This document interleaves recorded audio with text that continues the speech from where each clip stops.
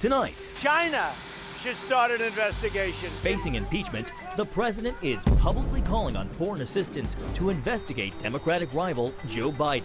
Plus, I don't know if this is possible, but can I give her a hug? The unprecedented display of forgiveness and love at a murder trial in Texas. This as at least 4 officers are dead after a grisly knife attack in Paris. Meanwhile, it is a plan designed to fail. European leaders are lashing out at Boris Johnson's Brexit plan, and church leaders are looking for healing. This is not okay. In the face of a sex abuse scandal in the Southern Baptist Church. All this and more tonight on Faith Nation.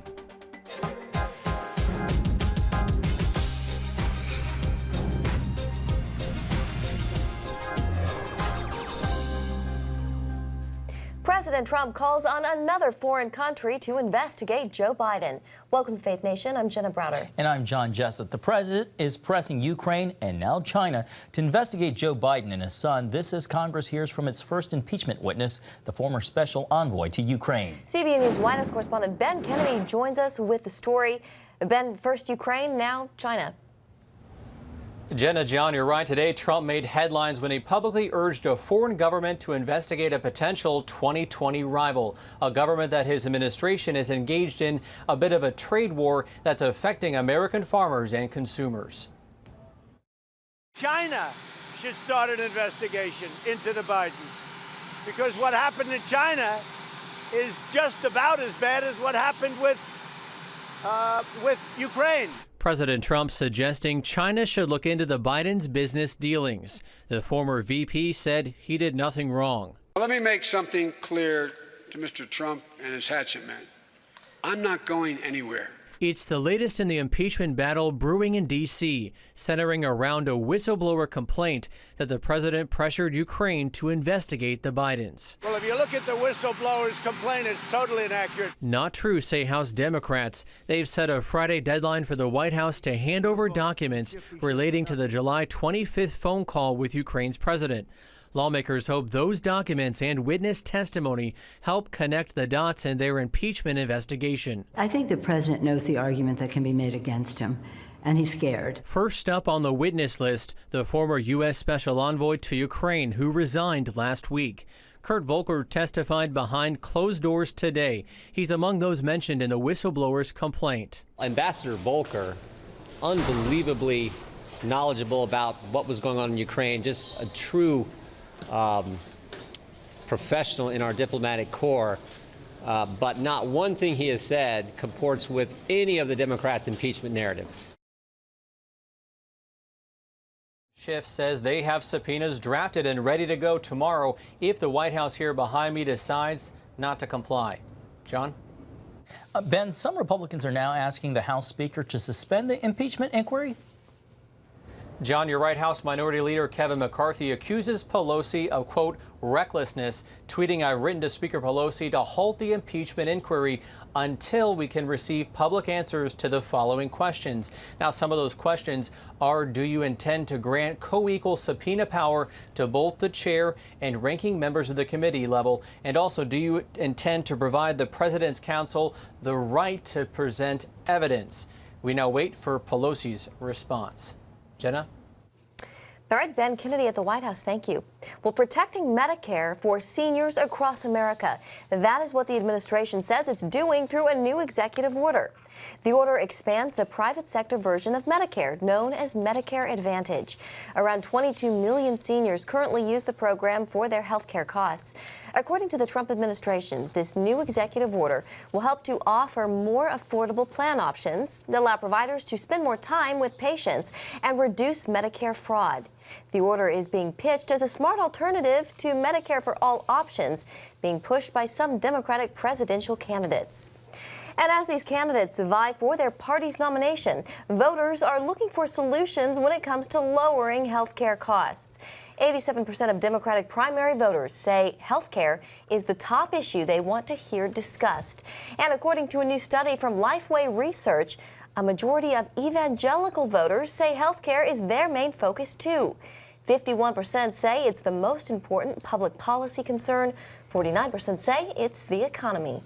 Well, here now with us is Julia Manchester, political reporter at The Hill. Julia, always nice to have you with us. Yes, thank you for having me. Well, back in 2018, healthcare was a winning issue for Democrats. Is it going to be enough to help them win again in 2020? You know, I think it could be, and Democrats really need to focus on the issue of healthcare because it helped them so much in 2018. I mean, we saw they retook the House and made a ton of gains on a state and local level focusing on healthcare. And you're seeing this debate within the Democratic Party on whether to keep Obamacare or to scrap it in favor of something like Medicare for All. So it's kind of the division between the Sanders and Warren progressive wing of the party and the Biden wing of the party. And while some critics have said it's bad, it's not good that this debate is happening now, it can be seen as a healthy debate that Democrats have to have. And whatever conclusion they reach to, they need to make sure they rally around that idea and really focus on it and kind of keep messaging saying President Trump could take away health care as we know it and could change it somehow. So that's what you're going to see Democrats really focusing on.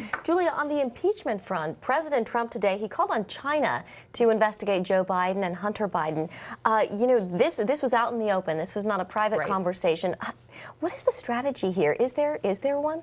You know, it's really hard to tell because I was shocked. I know a number of other reporters were shocked when he said that. Clearly, everyone in the political world was shocked. We saw the Biden campaign put out a statement comparing the comments President Trump made to the comments he made in 2016 when he suggested Russia should interfere or should investigate Hillary Clinton or look into that. So, you know, you're seeing those comparisons. You're also seeing the chairwoman of the Federal Election Committee really doubling down on what she said before, that it's not okay to solicit any kind of input or, action from a foreign power. So you're seeing a lot of blowback that President Trump is getting. However, he's not going to let up because he knows that his political base will absolutely still believe him and really stay with him thick and thin. The question I'm asking is, how will independent voters, how will swing voters react to this? Will they look at President Trump as really digging into this as kind of politics as usual in Washington, or will they see it as him fighting back really against the Washington establishment? Well, beyond President Trump, we know an impeachment inquiry is serious for any president, but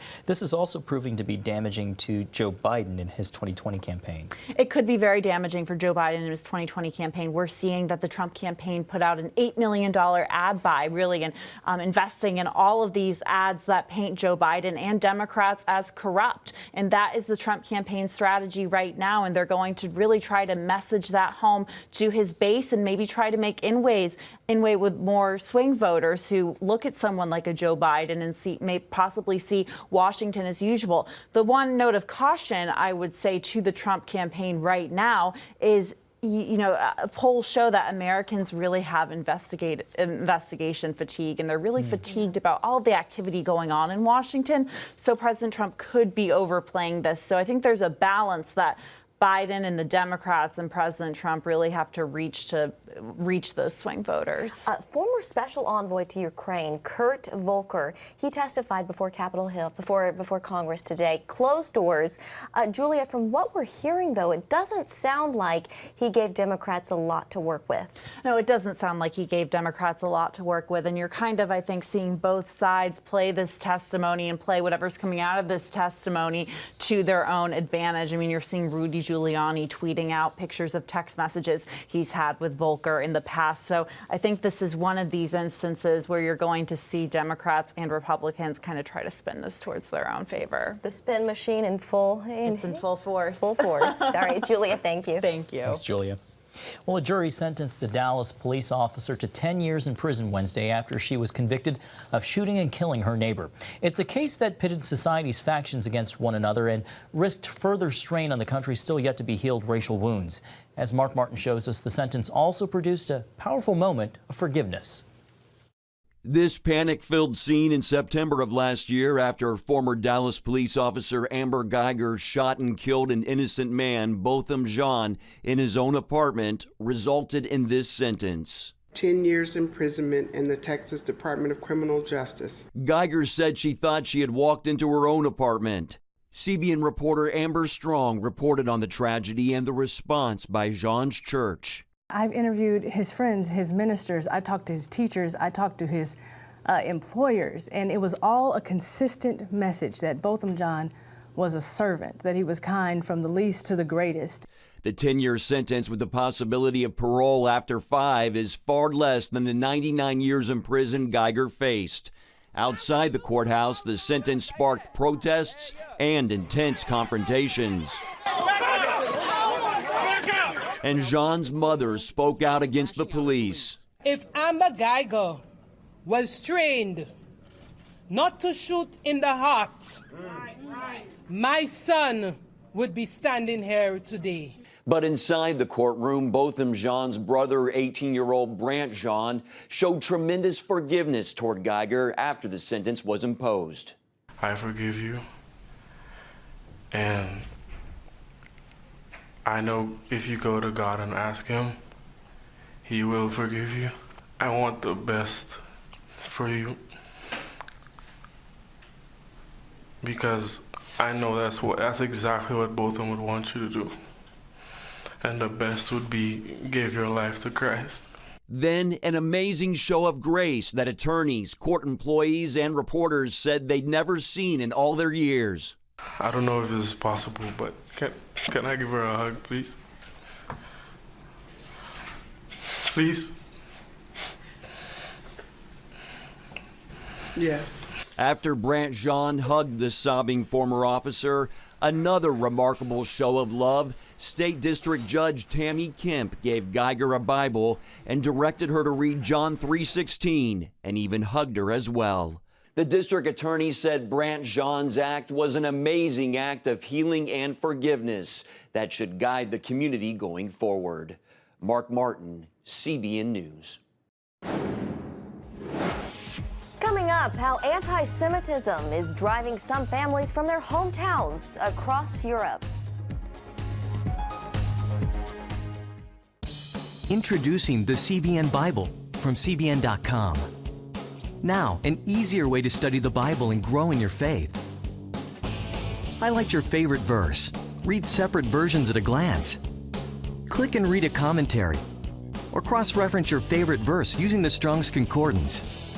All the right tools to study the Bible, all in one place. The CBN Bible, available at cbn.com/Bible or the iTunes App Store. It has the power to influence weight loss, boost your immune system, and improve brain function. We've seen an explosion of data on the role of the gut microbiome in health. The free Build a Better Gut booklet reveals the latest information about the gut microbiome. You'll discover how your gut affects the rest of your health. The gut microbiome has been linked to depression and cancer and heart disease. Learn how to build a stronger, healthier gut. The microbiome, if it's in good composition, are really protecting us all the time from more invasive things. Get the Build a Better Gut booklet, free from the Christian Broadcasting Network. Call 1-800-700-7000 or go to cbn.com/buildabettergut. You need to make sure that your microbes are working with you, not against you. And if you order online, you'll get immediate access to the Build a Better Gut series, a digital copy of the booklet, and related bonus material. Build a Better Gut today. Call 1-800-700-7000 or go to cbn.com/buildabettergut for your free copy. Here, we're committed to a heritage of rigorous scholarship dating back over 1,000 years. And to a faith tradition dating back 1,000 more. This is how we create a culture of inquiry where no topic is off limits. And a culture of hope. Anything's possible! It's Christian leadership. And it's changing the world for the better. It's higher learning. It's greater knowing. It's what makes us whole. It's what makes us Regent.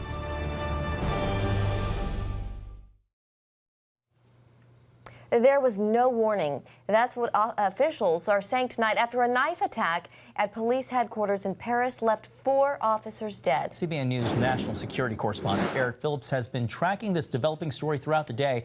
He joins us now. Eric? John and Jenna, perhaps what's most disturbing about this, the accuser was one of their own, a 16-year veteran not known to have behavioral issues in the past. Officials say the 45-year-old began his slashing attack around lunchtime inside of Paris police headquarters. He took out 3 male officers and 1 female administrator before police shot and killed him. A fifth victim was rushed to the hospital for surgery. It happened so suddenly that some witnesses say they didn't know what was going on until they heard all of the commotion. There was panic, but we know our colleagues well, and when they tell us we need to leave, we follow orders because it's for our safety and other citizens' safety. I heard gunshots, and straight away I told myself, this is not normal. I realized it had happened inside, so someone had maybe forced their way into the building because it's very close. Little did he know it was an inside job. The suspect was reportedly an IT worker in the intelligence unit who had never posed any problems. The mayor of Paris tweeting out this message, which translated into English says in part, Paris is mourning his family this afternoon after this appalling attack. French President Emmanuel Macron also made his way to the scene to offer support and condolences. Tonight, investigators remain baffled searching the suspect's home, trying to uncover a motive. Also, his wife has been brought in for questioning. Now, we can tell you that the attack came a day after thousands marched in Paris to protest low wages, long hours, and increasing suicides among police officers. John. Thank you, Eric. Well, over in Britain, Boris Johnson's latest Brexit plan coming under fire and criticism today in outlining a new trade proposal between Northern Ireland and the European Union. The British Prime Minister says the move would help bridge the chasm when it comes to a Brexit solution. But many parliamentary leaders disagree. I want to be very clear with the Prime Minister from the outset. These proposals are unacceptable, they are unworkable, they are undeliverable. It is all about blaming someone else. In this case, the European Union, when his plan is rejected. Mr. Speaker, it is a plan designed to fail. But of course, the Prime Minister knows that. Britain is set to leave the EU on October 31st unless it requests an extension and one is granted. Prime Minister Johnson is holding firm to leaving by the deadline with or without a Brexit agreement. Parliament has other thoughts, though. They've passed a law requiring Johnson to seek an extension if no deal is reached. Well, across Europe, the situation for Jews there is becoming more and more dangerous. Anti-Semitism there is on the rise. And as Dale Hurd reports from Brussels, that could have implications for Jewish people living here in the States as well. Adolf Hitler would have loved it. Afloat in this year's carnival parade in the Belgian city of Aalst. It featured a Nazi-style depiction of greedy Jews sitting on a pile of money, one with a rat on his shoulder. And when confronted by Jewish groups, the town mayor defended it. This is the same carnival that in 2013 featured a Nazi railroad car carrying Jews to a death camp. Sometimes the evidence of anti-Semitism in Europe is obvious, and sometimes it's subtle, like when Jews quietly leave a neighborhood because it isn't safe anymore. I traveled through Brussels with Jewish leader Joel Rubenfeld to visit his boyhood synagogue, which had to be sold because the area became too dangerous for Jews. I felt insecure coming here with my family. So it's a better thing that we left this place and that we go to a safest place. Jews have been in Brussels since the 1st century. They're still here, but many are leaving because of anti-Semitism and threats of violence. It's not the alia, the big alia, but the internal alia. People who are leaving their city, remaining in the same country, leaving their city to go to a safer city. Or people leaving their neighborhood because they feel threatened as a Jew there in this neighborhood and going to another neighborhood where they feel more secure. The Jewish Museum in Brussels, where an Islamic terrorist killed 4 people in 2014, shows the 2,000-year history of the Jews in Belgium. But it's the more recent history that Europeans seem to be forgetting. So it's people who say, yes, but it's not anti-Semitic, it's humor. But you know, this kind of humor is killing Jews. Meaning Jews have the power, Jews have the money, Jews have the control. All these very basic anti-Semitic clichés. In Germany last year, violent attacks against Jews almost doubled. In Britain, anti-Semitic incidents have risen for a 3rd year in a row. Anti-Semitism even began to show itself in France's Yellow Vest movement. In Paris, American writer Nidra Poller says it showed that revolts against the wealthy and powerful inevitably turn against Jews. Anti-Semitism is something like the fumes and the fire that come up out of the center of society when the surface is crackling apart. A new Hudson Institute poll shows most Americans now believe anti-Semitism is growing in the United States. It's already infected the Democratic Party. And Rubenfeld has a warning to Christians. You're next. More problems will come, you know. It's just the beginning. We know this. We know that about anti-Semitism, that anti-Semites, they start with Jews, but they never finish with Jews. Dale Hurd, CBN News, Brussels. How Southern Baptists are working to fight against sexual abuse within the church when we come back. Life. It's meant to be lived fully. Jesus said it. I came to give you life. Life to the fullest. Life in your family. Life in your finances. Life in your body, mind, and spirit. Life in your everyday. At CBN.com, we're taking what Jesus said seriously. We're here to help you discover life. Life. Live it fully. CBN.com. Want to be a part of a community that inspires your spiritual growth while winning prizes? The all-new MyCBN app. Connect with the community for prayer and encouragement. Track and set spiritual goals. Enjoy conversation starters with friends and family. And collect points to win prizes. The all-new MyCBN app. A great place to belong. Download the app at cbn.com/mobile. Grow, connect, have fun. The all-new MyCBN app. Watch breaking news, in-depth exclusive stories and programs, from health to entertainment, you won't find anywhere else. The CBN News Channel, a perspective you can trust. Enjoy credible news reporting from around the world. Discover inspiring programs and stories of hope, all in one place, from a Christian perspective. The CBN News Channel, a perspective you can trust.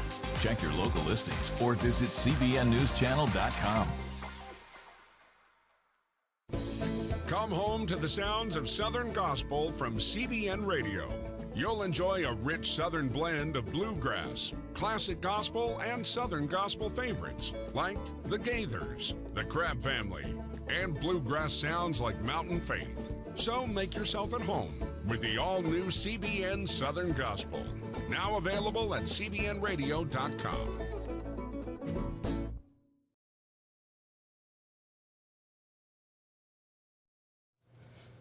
Welcome back. The nation's largest Protestant denomination is putting the issue of abuse front and center this week. And the Southern Baptist Convention is hosting a historic conference designed to help churches learn how to prevent abuse and support survivors. Here's Heather Sells. The Church Too movement has followed the Me Too movement closely since it began in late 2017. For Southern Baptists, it blew up last year with a Houston Chronicle report that detailed accusations of sexual misconduct against hundreds of Southern Baptist clergy and staff. The report identified more than 700 victims. President J.D. Greer says he cringed when it came out. When I first heard about the Houston Chronicle article, my kind of gut reaction was to pray, Lord, protect our reputation, help us to help the gospel not to go backwards, and help us to don't let people skew the information. And it was one of those moments where I felt the Spirit of God say to me, that's not what I want you to be praying. I'll guard your reputation. I want you to be willing to do whatever it takes to provide safety, a more safe environment for the victims and the vulnerable. This week's conference is an attempt to educate the denomination's 47,000 churches. One of the most prominent speakers will be Rachel Denhollander, best known for her battle to convict Olympic Dr. Larry Nassar on charges of sexual assault. On a recent book tour for her new memoir, Denhollander told CBN News that she's looking for SBC pastors to be willing to admit when they don't know much about abuse. She's also calling for a detailed righting of wrongs. And I expect that the SBC leaders, the ones who are standing up and preaching the grace and repentance of God, can demonstrate the level of grace and repentance that I require out of my 4-year-old. I am sorry that we did. And to identify specifically what went wrong. I am sorry that it did. And to identify the damage that was caused. And then to start asking the question, how can we repair the relationship, and to listen for the answer. Right now, the SBC has not, they have done a lot of corporate and general repentance, and I'm grateful for that. There has been no specific admissions of what went wrong. There has not been a pastor or a church that they have pointed to and said, this is not okay. Den Hollander said she'd also like to see the denomination explore ways to penalize churches that mishandle abuse. Heather Sells, CBN News. The long journey home. Still ahead on Faith Nation, the return of 3 astronauts from the International Space Station. Life. It's meant to be lived fully. Jesus said it. I came to give you life. Life to the fullest. Life in your family. Life in your finances. Life in your body, mind, and spirit. Life in your everyday.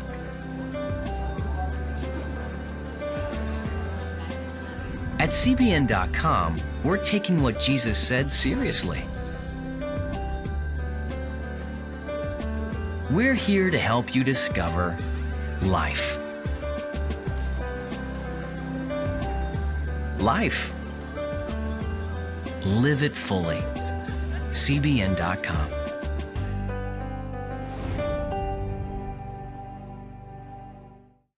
On October 1st, 1961, history was made when a tiny station began transmitting the first signals of the Christian Broadcasting Network. CBN, the Christian Broadcasting Network. And now, a new era has begun with the all-new CBN News Channel.